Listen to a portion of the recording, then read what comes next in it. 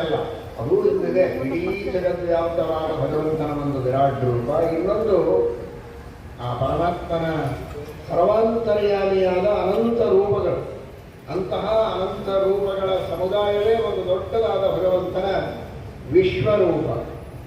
ವಿಶ್ವದಲ್ಲಿ ಅಂತರ್ಯಾಮಿಯಾದ, ವಿಶ್ವದ ಜನರಲ್ಲೆಲ್ಲ ಅಂತರ್ಯಾಮಿಯಾದ ವಿಶ್ವೇಶ್ವರನ ವಿಶ್ವತೋಮುಖವಾದ ರೂಪ ಏನಿದೆ ಅದೇ ವಿಶ್ವರೂಪ. ನಿಮ್ಮೆಲ್ಲರಲ್ಲಿ ಅಂತರ್ಯಾಮಿಯಾಗಿದ್ದು ತಾನೇ ಪರಮಾತ್ಮನ ಬಗ್ಗೆ ತಿಳಿಸಿದ್ದೇವೆ. ಹಾಗೆ ಅಷ್ಟು ಮಾಡಿದ ಸೇವೆಯನ್ನು ವಿಶೇಷವಾಗಿ ಪುನಃ ಒಂದು ಸಲ ಮಾಡಿದ್ವಿ, ಸಮರ್ಪಣೆ ಮಾಡಿದ್ವಿ, ಮತ್ತೆ ಅದನ್ನೇ ಏನು ಮಾಡೋದು ಅಂತ ಅನ್ಕೋಬೇಡಿ.